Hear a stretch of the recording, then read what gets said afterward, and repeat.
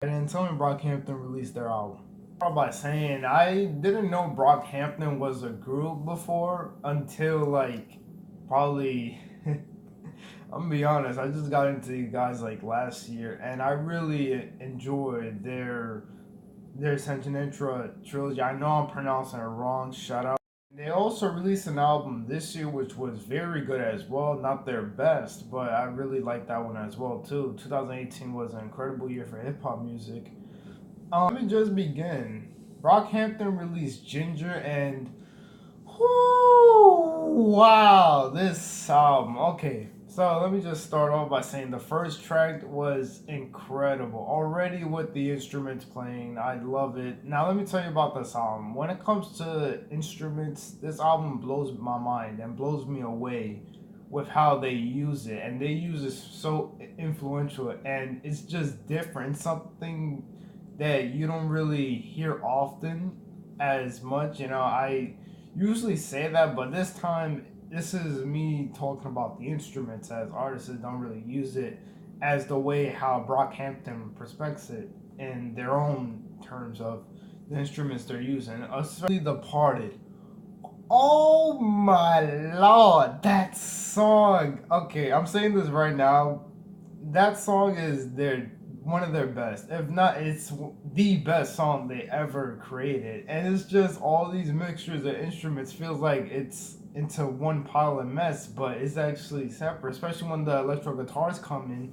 And I'm just, oh my god, but their delivery, how deep the message they're sending can be, and that's the majority of this album. I'm pretty sure their past work as well, even though it's been a while. But I could see myself going back into this album sometime in the future, and this is definitely going into my top 10 projects that I really enjoy from hip hop side. This is going into my top 10. It's not because of Brockhampton, because remember I just heard these guys not so long ago, and wow, it's like it's perfection. It's how you expect a group to deliver such meaningful and most positive things you can get. Uplift and joy. You could also hear some auto tune, which I could understand why people have an issue with that side. But honestly, if you let people like Little Pump and Blueface get away with it, why can't they have fun as well? I don't think it's a bad thing. I mean, come on. Travis Scott released one of the greatest albums of this generation as an auto tunist of a rapper. And you're saying that if Brockhampton does it, it's a problem. You know what I mean? But yeah. I really don't hate this album. I enjoyed every single track from top to bottom, especially when it was just 12 tracks. So that's already 1 point already. As I mentioned, I do have an issue with albums that becomes like 20, 24 tracks, unless if it's entertaining and I stay on that side that I want more from this, then that's fine. Like perfect example of that is the College Dropout from Kanye West. If it's like that, then that's fine. But if you give me an album like Chance the Rapper's debut album, no, I'm sorry, my friend. That's just not gonna slide. I'm not gonna let that happen to me. I will say, from their trilogy and the album that came out last year, and also this album, this is honestly my favorite from them. I'm gonna be honest. Yes, I am going there. This is by far my favorite. And like their whole chemistry and their discography, they're going on, and I'm pretty sure they're gonna keep heading there in the future. They're young, talented, very talented young man, and I can't wait for more in the future.